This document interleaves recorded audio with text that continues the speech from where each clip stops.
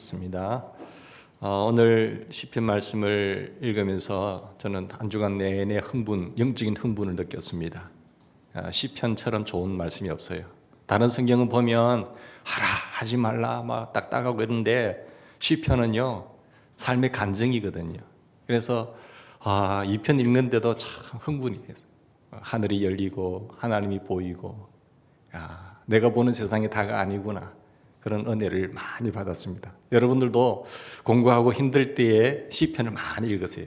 여러분 간증을 들으면 힘이 나세요, 안 나세요? 힘이 나요. 하나님이 저런 하나님이시구나, 하나님이 저렇게도 역사하시네, 하나님, 내가 몰랐던 하나님이 저렇게도 역사하시고 힘이 강하시구나, 수렁에서도 건지시네. 그러니까 나는 이런 하나님만 경험했는데 다른 사람의 간증을 들어보니까 하나님의 다른 면들이 막 보이는 거예요. 근데 가장 정확하게 보이는 그 말씀은 시편입니다. 시편은 삶의 간증의 찬양이거든요. 그러니까 한 말씀 한 말씀을 묵상하고 곱씹어보고 또 묵상하고 해보면요, 이 말씀이 막 레마로 삽니다. 그냥 걸려서 살아있는 말씀으로 들려져요. 큰 은혜를 받은 것처럼 여러분들에게도 큰 은혜가 넘치길 바랍니다. 시편을 많이 읽으십시오. 시편은 우리에게 하나님께 반응하는 감각을 키우는 겁니다. 그냥 딱딱한 하나님이 아니라, 위험 있는 하나님이 아니라, 하나님은 정말로 우리의 산성이시오 요새시오 피할 바위십니다. 내가 공부할 때 수렁에서 건지시는 하나님이십니다. 하나님은 나의 목자이십니다. 하나님은 나에게 목자가 되시기 때문에 나는 부족함이 없습니다. 이런 고백들이 쫙 나와요. 이 고백이 어떤 한 사람, 하나님을 아는 사람, 진짜 하나님을 믿는 사람, 하나님과 친밀한 사람이 선 이 시편에 끝나지 않고 우리에게도, 나에게도 이것이 하나님 이렇습니다, 사랑합니다 주님, 하나님께서 더 선으로 이룰 줄 믿습니다, 이런 고백으로 나타나셔야 돼요. 하나님 사랑하는 사람, 그 뜻대로 부르심을 입었다고 한다면 모든 것이 합력하여 선을 이룰 줄 믿습니다 하나님. 그렇게 체험을 하셔야 됩니다. 여러분, 이 시편을 읽으면은 하늘이 열려요. 하나님의 음성이 들리게 되어 있습니다. 나는 이 세상이 단 줄 알았는데 하늘이 열리구나. 그러니까 고린도 후서 12장에 나타난 바울이 3층 가잖아요. 셋째 하늘까지 올라가잖아요. 그 셋째 하늘까지 올라갔던 것을 경험했던 것처럼 시편 2편은 하늘 문이 열리는 거예요. 하늘이 보이는 겁니다. 그 은혜를 누리게 돼요. 저는 어려서부터 하나님이 살아계시다고 믿었지만 솔직히 하나님을 잘 믿지는 못했어요. 부모님들이 교회 다니라고 안해서 다녔고 그냥 앉아서 있었고 예배 드렸습니다. 왜냐하면 세상이 너무 크게 보였거든요. 세상이 너무 크게 보이고 교회는 작고 초라하고, 그리고 교회 다니는 사람들은 초라하고 힘이 없고 가난하고 없는 사람들만 교회 다닌다. 세상은 정말로 힘이 있고 우람한데 왜 이럴까? 내가 굳이 이렇게 교회 다녀야 될 이유가 뭔가? 생각 갈등이 있었습니다. 세상은 커요. 세상은 강해요. 교회는 너무 작아요. 건물도, 교회는, 다른 세상은 빌딩인데 교회는 초라하게 날로 떼고 추워서 발발 떨고, 그것이 교회더라고요. 여러분, 하나님이 정말 살아계시다고 한다면 왜 하나님을 믿지 않는 사람들이 저렇게 많을까?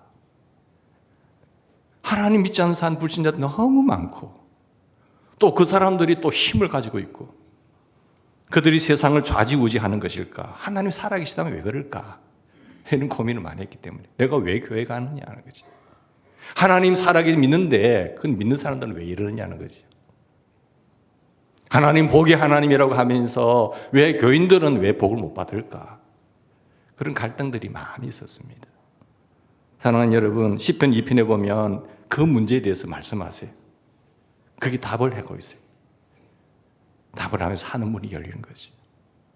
여러분, 1절, 2절, 3절 보세요. 어찌하여 이방 나라들이 분노하며 민족들이 헛된 일을 꾸밉니까? 세상의 군왕들이 나서며 관원들이 서로 꾀하며 여호와와 그의 기름 부은 자를 대적하고 우리가 그들의 맹것을 끊고 그들의 결박을 벗어버리자 하는도다.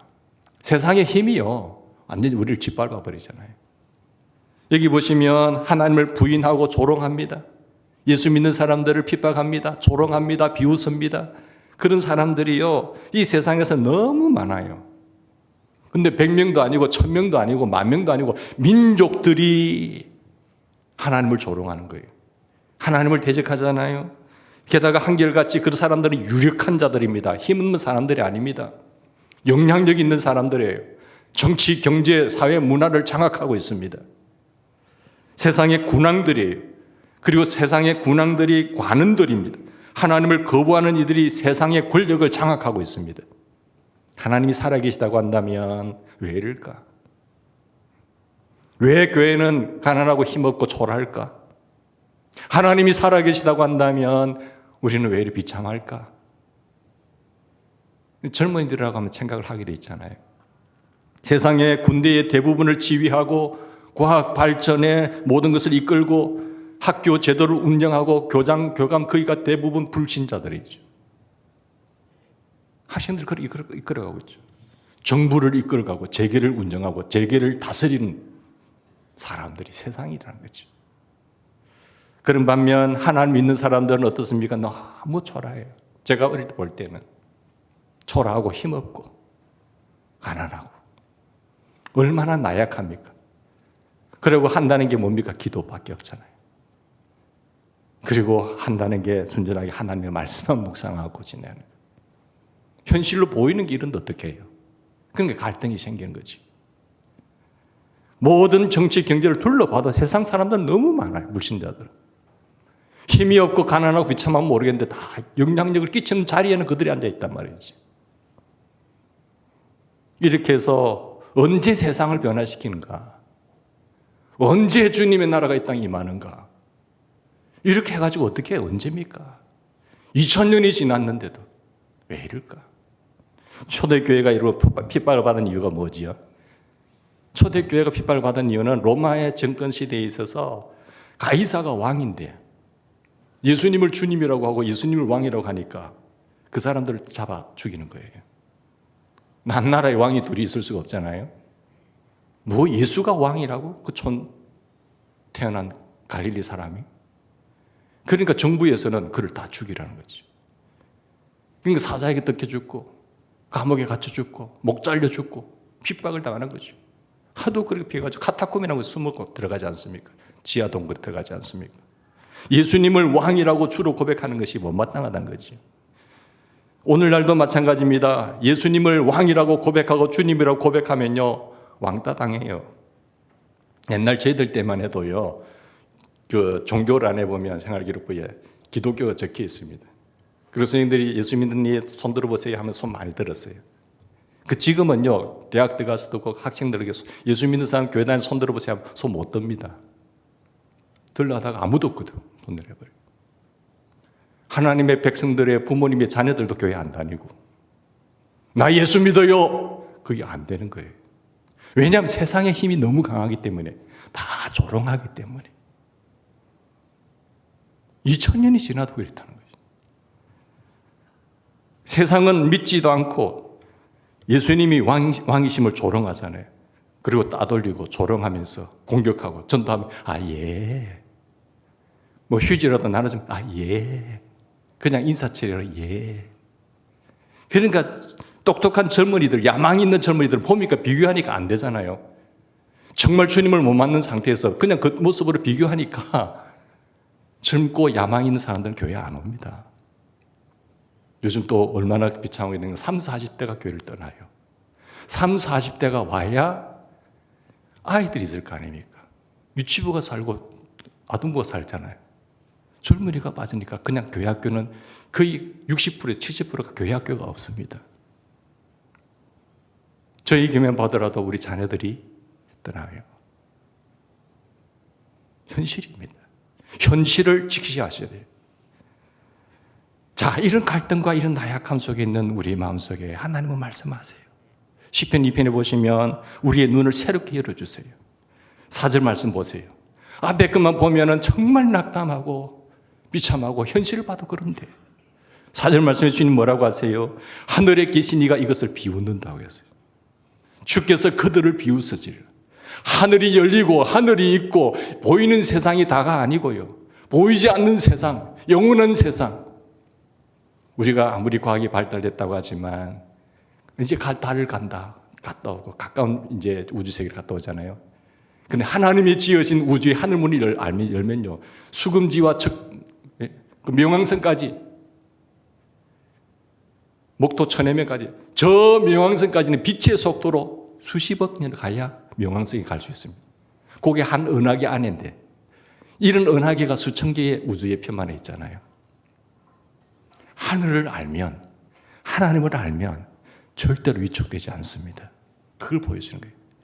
불신자들이 그 세상의 조그마한 민족들이 헛살을 경량하고 하는 것들을 보고 하나님이 하늘에서 비웃는다고 하셨어요. 이 눈이 열리기를 주님을 축원합니다. 하늘이 열리고 내 눈이 열리면 하나님이 계시고 이것이 믿어지면 세상이 두렵지 않습니다. 이게 안 보일 때는 세상이 크게 보이지만은, 계속 교회가 비참해 보이지만 하나님이 주인이시다. 하나님이 창조하셨다. 하나님이 지금도 살아계셔서 말씀으로 운행하시고 다스리신다라고 하는 것이 보이면 여러분 절대 낙심되지 않습니다. 시편은 이 세상 사람들을 보시면서 비웃으시는 그 하나님을 보게 하십니다. 눈에 보이는 이 세상이 전부가 아니다. 하나님이 계시고 그리고 하나님의 나라가 있음을 보여줍니다. 우리는 세상의 이 큰 것만 보지 말고 힘 있는 것만 보지 마시고요, 하나님의 나라가 얼마나 크고 위대하시고 하나님이 얼마나 강하신가를 볼 수 있기를 주의 이름으로 축원합니다. G20 세계 강국들이 모여서 대통령들, 수상들이 모여서 회의를 한다지요. 힘 있는 나라들이잖아요. 뿐만 아니라 하나님의 나라는 그런 왕들과 대통령과 이런 사람들, 세상보다도 신문과 텔레비전에 나타나고 있는 여러 가지 세상들보다도, 핵물리학과 군사 전문가들이 천 책들보다도, 그런 세계보다도 훨씬 더 하나님은 크신 분입니다. 훨씬 더 이 지구 문제밖에 되지 않는 이 나라의 그런 세계보다 훨씬 더 위대하고 강한 나라입니다. 여러분, 이사야 6장에 보면요, 이사야가 자기 나라의 위축됨을 보고 기도하잖아요. 하나님, 이 일을 어찌해요? 어떻게 해요? 성전에서 기도하다가 눈이 열렸어요. 완전히 그게 꼬꾸라집니다. 낙심됐던 그가 좌절되고 꾹거려서, 하나님, 나는 죄인으로소이다.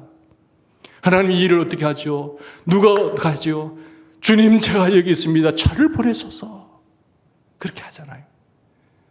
하늘을 보기 전에는, 주님을 만나기 전에는 위축되고 두려워지고 불안하고 초조했지만 하늘문이 열리면서 그렇게 담대함을 갖게 돼요.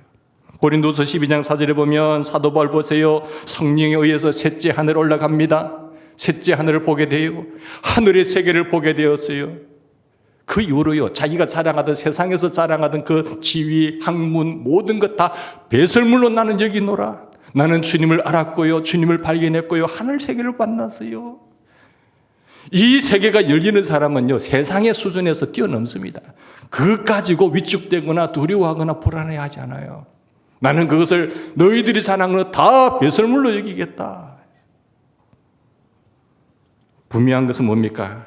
하나님의 나라를 본 후에 그들에게서 더 이상 세상이 바울에게는 커 보이지 않았어요.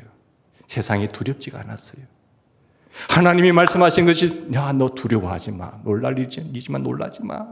이것이 확 말씀으로 다가온 거지. 하나님이 클 때에 이 말씀을 지금 누가 하고 있느냐? 하나님이. 그게 믿어지면 그 말씀이 내게 레마가 되는 겁니다. 세상은 전적으로 크기나 숫자를 가지고 자랑합니다. 얼마나 크냐?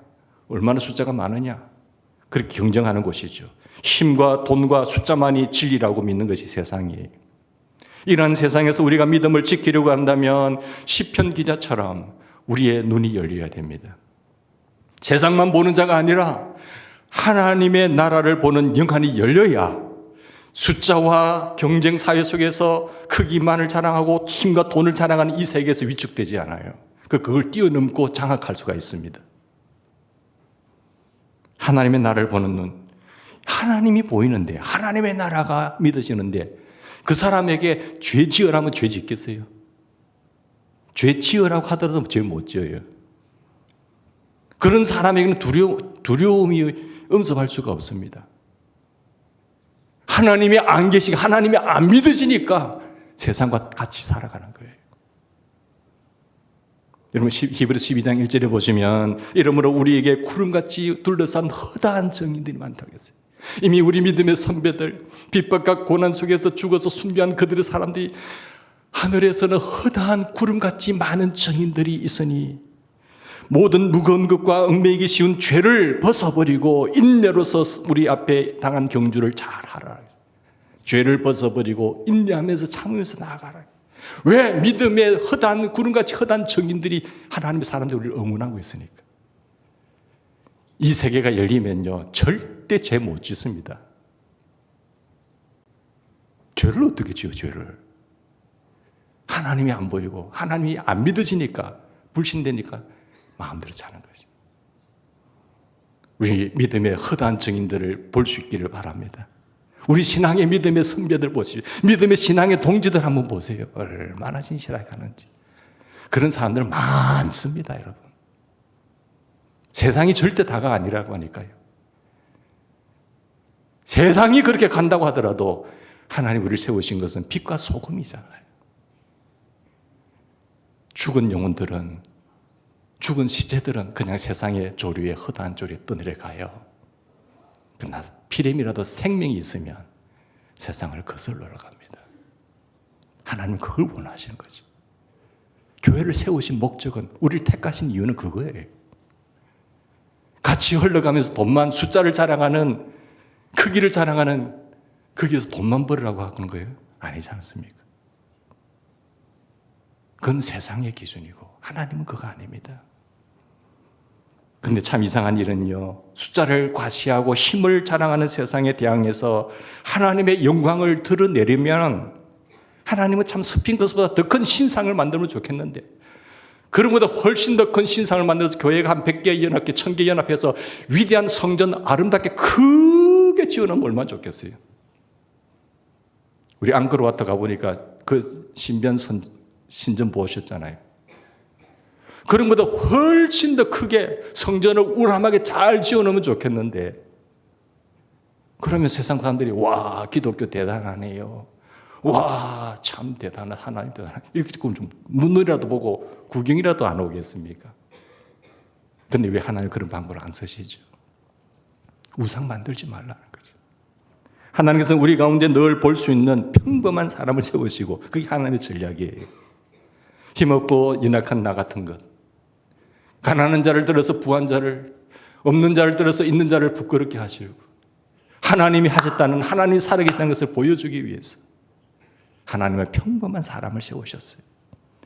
저는 그 기준 가지고 뭐 대학을 졸업하고 박사가 되고 권력이 요만큼 가지고 지위가 얼마된 사람들만 교회 오래 했으면 저는 못 받았습니다. 하나님은 그게 아니더라고요. 나같이 힘없는 사람 불러주시고 하나님 택해 주시고 자녀 삼아 주신 걸 감사해요. 그게 하나님의 방법이에요. 6절 보십시다. 내가 나의 왕을 내 거룩한 산 시온에 세웠다. 7절 말씀 보십시다. 너는 내 아들이라 오늘 내가 너를 낳았도다. 오늘 본문에 언급한 사람 누구죠? 다윗 왕입니다. 다윗은 물론 위대한 왕이었습니다. 그러나 하나님께서 그를 택해서 기름 부으실 때는요, 자기 아부 부모 밑에 자란 8번째 막내입니다. 그리고 그는 목동이었어요. 그런데 하나님 그를 택하여 기름 부으셨잖아요. 야, 형제들 가운데 첩제를 골라야 되지 않습니까, 하나님은? 그런데 하나님의 방법은 그들이 약한 자, 너에게서 힘이 나오는 것이 아니라 나에게서 힘이 나온다는 것을 보여주기 위해서. 이게 하나님의 방법이죠. 우리는 하나님께서 이렇게 문제를 풀어가시는 것을 이해하기 어렵잖아요. 지금 세상이 어떤 세상인데 하나님 참 답답하시네. 세상이 지금 어떤 세상인데 하나님 참 모르시네. 이 우주를 통치하시고 지으신 하나님이 지구에 먼지밖에 되지 않는 사람들 모이는 곳에서 하나님 그 방법이 우리 세상을 생각해 볼 때 답답하시네가 느껴지지만 하나님은 절대 답답하지 않습니다. 하나님의 섭리와 하나님의 다스리심은요, 위대하십니다. 우리가 청량할 수가 없잖아요. 우리는 이런 생각들을 해야 돼. 나는 답답해 죽겠는데 하나님은 다른 계획을 다 통치하고 보시면서 가장 좋은 길로 역사하신 하나님. 이스라엘 백성들 주변에 보시면 장엄한 신전들과 무자비한 군대들과 거인 상들과 그리고 거대한 도서관들을 뽐내는 세계 열강에 둘러싸여 있잖아요. 그러나 하나님께서는 이스라엘 백성들에게 거대한 신전이나 어떤 큰 신상을 만들거나 하는 것을 철저하게 금하셨어요. 우상을 세우지 말라. 우상을 만들지도 마라. 하나님은 그런데 갇히시는 하나님이 아니잖아요. 그런 형상을 철저하게 하지 말라고 명하셨어요. 오직 사람을 택하여 세우시고 사람을 통해서 하나님은 일을 해야 하시겠다고 하나님의 전략과 방법을 말씀하셨습니다. 그리고 그를 통하여서 하나님의 존재와 하나님의 통치와 하나님의 영광을 드러내시겠다고 말씀하셨습니다. 예수님께서도 이 땅에 오셔서 조직 만들지 않으셨어요. 예수님 건물 세우지 않았습니다. 예수님께서 하신 사역은 뭡니까? 책도 쓰지도 않았어요. 예수님 하신 방법은 다 하나. 나는 떠날 거 근데 제자 12명 만드는 거예요. 이 제자들 그냥 평범한 사람입니다. 아주 평범한 사람들. 이 사람들 택해서 훈련시킨 것밖에 없어요. 그게 예수님의 방법이셨어요. 하나님께서 이렇게 하신 것은 하나님의 전략이 있으시기 때문입니다. 목적은 예수 그리스도.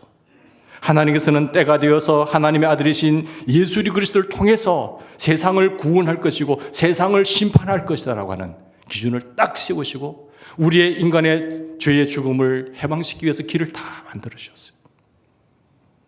그리고 세상의 세력 앞에서 기름 부은 자를 통해서 일하신다고 하는 것을 꾸준하게 말씀하셨고 그리고 그분이 오셨고 그분이 하시다가 또 가신 거죠. 히브리서 기자는 뭐라고 말합니까? 시편 2편의 말씀이 예수 그리스도에 대한 예언이다 라고 말했어요. 그래서 다윗은 예표입니다. 그림자입니다. 본체는 누굽니까? 예수 그리스도. 예수님께서 세례 받으실 때에 너는 내 아들이라, 변화산상에서도 너는 내 아들이라 이렇게 말씀하셨어요. 하나님께서 하나님을 대적하는 세상에 하나님의 영광을 드러내시려고 택하신 방법이 예수 그리스도시. 하나님이 인간의 몸을 입고 오신 것입니다. 다윗 왕은 그림자요 예표인 것입니다. 그러나 예수 그리스도께서 이 세상에 오신 지 2000년이 지났잖아요. 제가 늘 질문해요. 하나님 2000년 동안 그래도 왜 이래 불신자들이 더 많습니까? 사람들이 지금쯤은 하나님을 다 믿어야 되는데 뭐 한다고 2000년 동안 아직도 이렇습니까? 여전히 하나님을 부인하고 여전히 하나님을 조롱하고 하나님 믿는 사람들을 조롱하고 비웃는 사람들이 대적하는 이들이 많은 것은 무슨 까닭입니까? 하나님 왜 그렇지요? 하나님 전능하신 분이라면서요. 하나님은 할 일 다 하셨어요. 영원히 지옥 갈 수밖에 없는 저주받은 우리에게 하나님 오셔서 하늘문을 갈 수 있는 천국의 문을 갈 수 있는 그 길을 열으셨어요. 예수 그리스도께서 다 담당하시고 주님이 길이고 주님이 진리고 주님이 생명 다 이루어놓으셨어요. 그 주님 12제자 세우고 가셨잖아요. 그리고 남은 일은 다 우리가 해야 될 일입니다.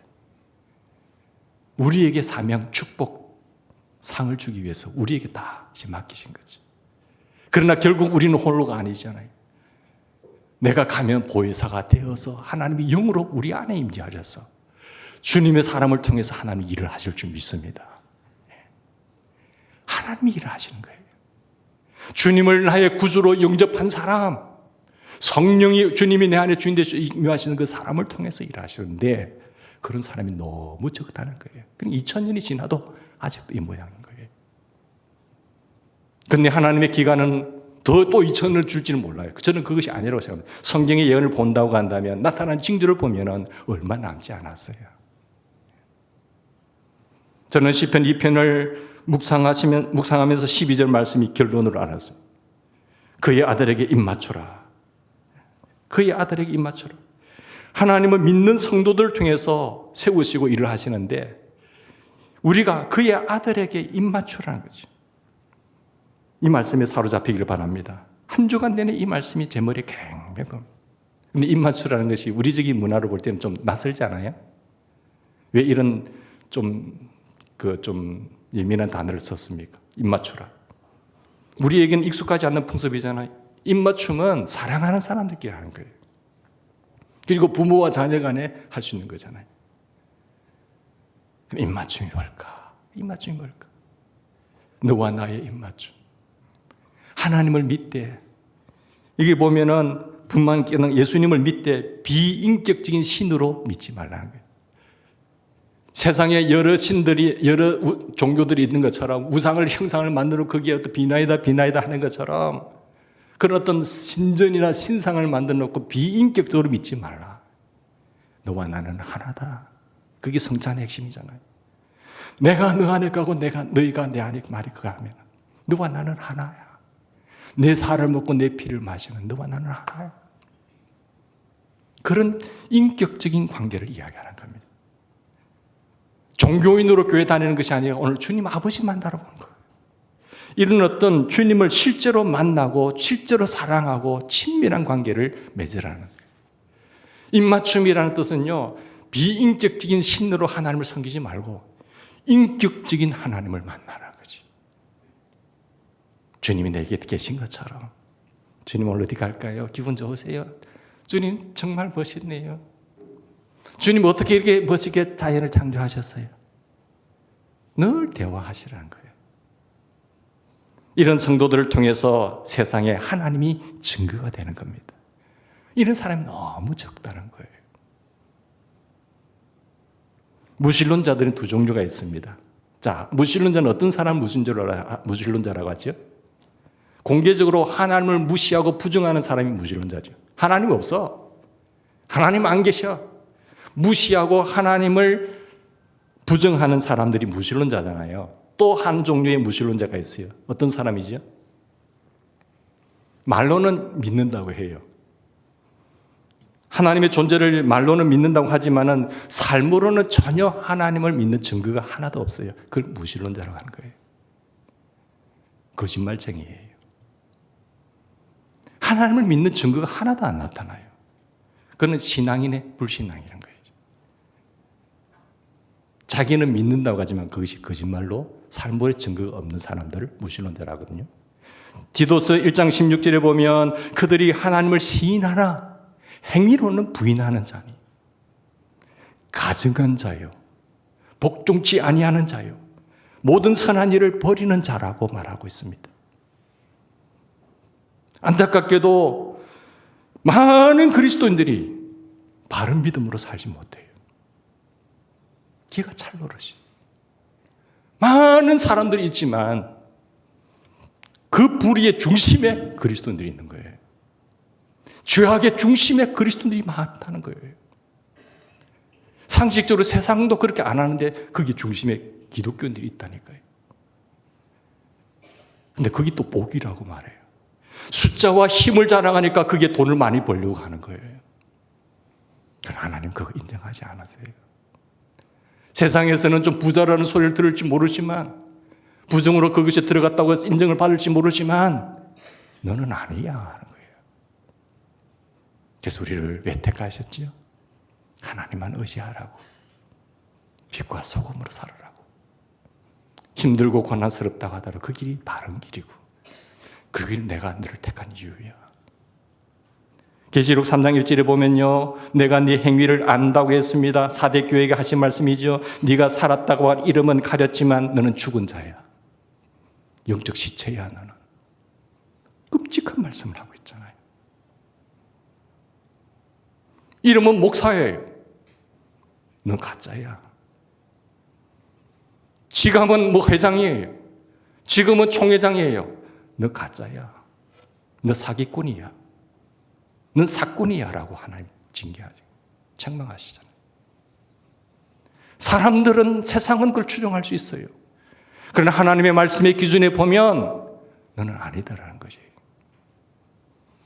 많은 사람들이 넓은 길로 갈 거예요. 그러나 절대로 마귀에게 속아서 넘어지지 않기를 바랍니다. 네. 여러분, 예수님을 믿고 세상에 두려움이 없어졌나요?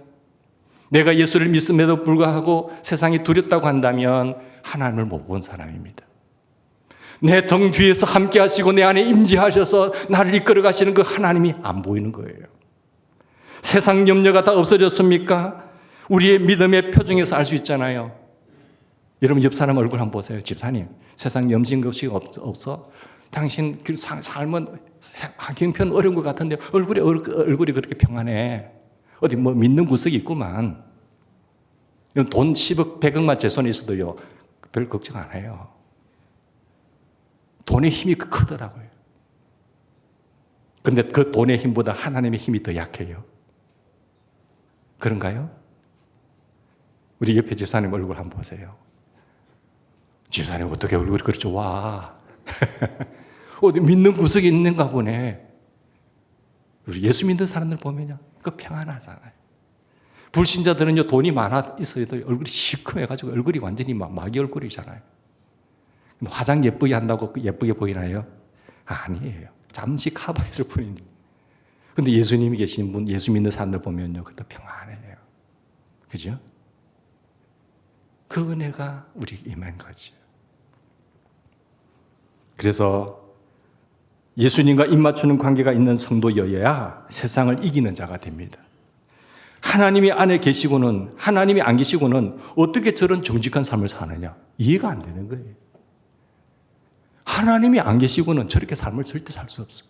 그냥 세상처럼 같이 살아야 되는데 하나님이 안 계시고는 어떻게 저렇게 정직한 삶을 사느냐 말이에요. 적당하게 사는 거지.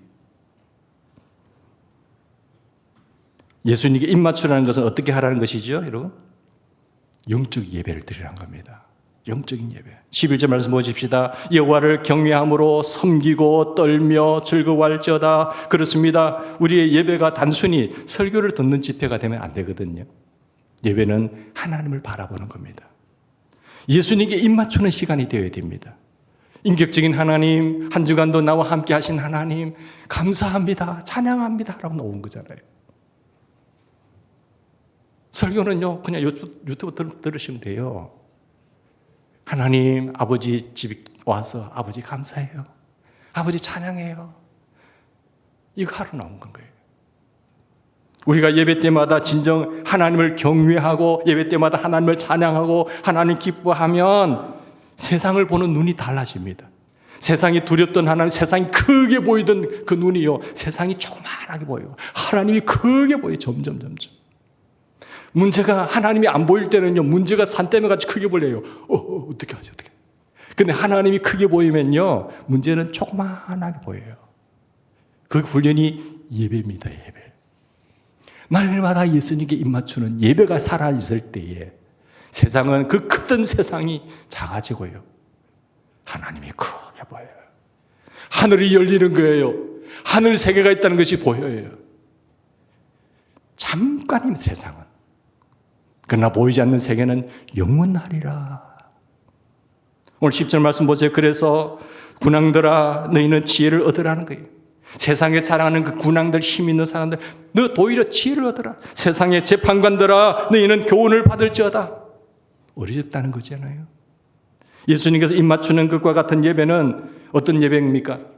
사랑하고 감사하는 표현인데, 장녀 같은 그 마리아가 바리새인 시몬의 집에 들어가서 예수님 앞에서 눈물을 흘리면서 향유를 붓고 자기 머리털로 예수님 앞에 발을 닦는 그것이 입맞춤이죠. 예배죠. 신하가 왕에게 복종을 다짐할 때 왕의 발에 입맞추는 것과 같이 예수님께 나아가는 것이 입맞춤이에요. 그게 살아있는 영적인 예배입니다. 제가 어렸을 때 누구도 예배가 예수님께 입맞추는 시간인 것을 가르쳐주는 사람이 없었어요. 예배는 떠드는 것 조용히 해. 조용히 하는 것이 예배인 줄 알았어요. 그리고 컸어도 예배는 뭐 조직이다, 어떻게 뭐 순수다, 누구 담당이고 어떻게 하는, 그게 있는데 아니에요. 예배는 하나님을 바라보는 겁니다. 내 삶의 한 주간도 함께 하신 하나님이 너무 고마워서 하나님 감사해요. 세상이 너무나 커서 문제가 크게 보여서 두려울 때 아버지 집에 나와서 하나님 어떻게 해요? 그러다가 하나님이 크게 보이면 그게 감사하대잖아요. 그럼 세상은 작아지는 거예요. 또 세상에 살다 보니까 세상이 사람들이 보이니까 또 좀 연약해졌다가 또 예배 시간에 또 크게 하나님 보는 거예요. 그 훈련을 통해서 우리는 믿음을 가지는 겁니다. 그런 사람을 통해서 세상을 변화시키는 거예요. 사랑하는 여러분, 이것을 깨닫고 예배 시간에 하나님만 바라보는 훈련하는 거예요. 제가 늘 예수님만 바라봅시다 하잖아요. 내 안에 계신 주님, 오늘 이런 스케줄이 있어요. 주님, 이런 문제가 있어요. 어떻게 하지? 늘 그분께 물으세요. 이 교회의 주인은 하나님이세요. 어떻게 해야 되죠, 하나님? 물으셔야 되는 거예요. 특별히 여러분 선택에 결의하는 분들요, 더 많이 기도해야 될 줄 믿습니다. 제가 부탁을 드립니다. 결정권에서 회의에서 결정을 하시는 분들은 중요한 결정이 있을 때마다 더 교회에 오셔서 기도하시라는 거예요. 그거 아니면 자기 지식, 자기 경험으로 결정해버립니다. 선택해버려요. 주인 대신에 주인의 의도를 전혀 무시해버리고 그냥 선택해버린 거죠. 그러면 우리가 실수하는 겁니다. 우리가 모두가 다 기도하셔서 우리 주인의 뜻에 합당한 길로 걸어가는 주의 종들이 되기를 주의로 축원합니다. 예배가 바로 드려지면 문제는 끝입니다. 문제는 작게 보여요. 두려움이 사라지게 되어 있습니다. 세상은 작게 보입니다. 아무것도 불안한 게 없어요. 사랑하는 여러분, 예배는 예수님을 모시는 시간인 것을 믿으시기 바랍니다. 우리가 예수님을 이렇게 믿으면 세상에서 하나님의 영광이 드러나게 되어 있습니다. 그러나 예수님을 친밀히 알지 못하면 어떻게 되죠? 두려움이 임하게 되어 있어요. 불안과 염려와 걱정, 어떻게.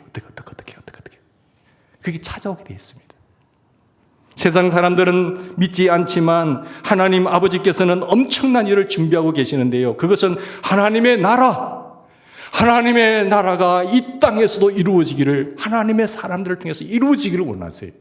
하나님이 다 이루어 놓으신 것을, 천국은 네 안에 있느니라.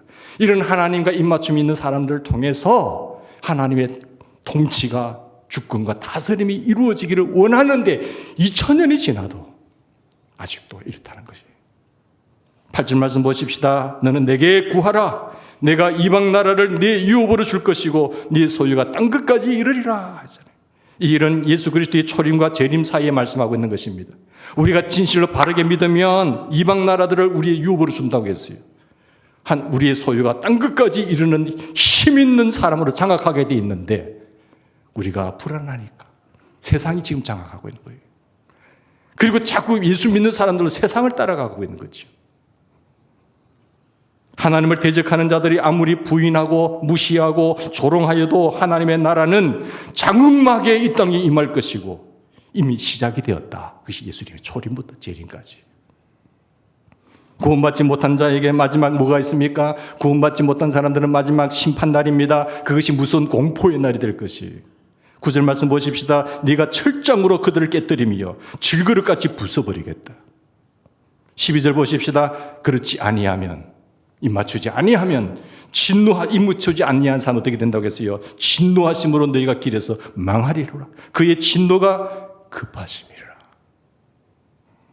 얼마나 무서웠으면 계시록 6장 16절에 산들과 바위에서 말하되 바위에게 말합니다. 우리 위에 떨어져 보좌에 앉으신 이의 얼굴에서와 그 어린 양의 진노에서 우리를 가리라. 얼마나 급했으면 우리 신자들이 그때서야 깨닫잖아요. 자, 누구에게 이 진노가 임한다고요? 예수님과 입맞춤의 관계가 하지 아니한 사람들. 그분이 나의 아버지고 나는 그의 자녀라고 하는 인격적인 관계가 친밀함이 없는 사람들. 신앙인의 불신앙. 무신론 자 두 종류라고 했어요. 진짜 믿는 사람이 되셔야 되는 거예요. 그러므로 12절 결론 말씀 보십시다. 여호와께 피하는 자, 여호와를 의지하는 자는 복이 있도다. 자, 성경에서 말하는 복이 뭔가를 우리 1편에서 보셨잖아요. 악인의 꾀, 죄인의 길에 오만한 자예요. 이런 사람은 서지 아니하고 시냇가에 심겨 나무처럼 되는 자가 복이 있다. 성경에서 말하는 복이 무슨 복인가를 아시고 그것이 기초가 될 때에 나머지 그냥 쌓아 올라가는 겁니다. 이런 은혜와 축복이 우리 믿음의 권족들에게 충만히 임하기를 바랍니다. 같이 기도하십시다. 하나님.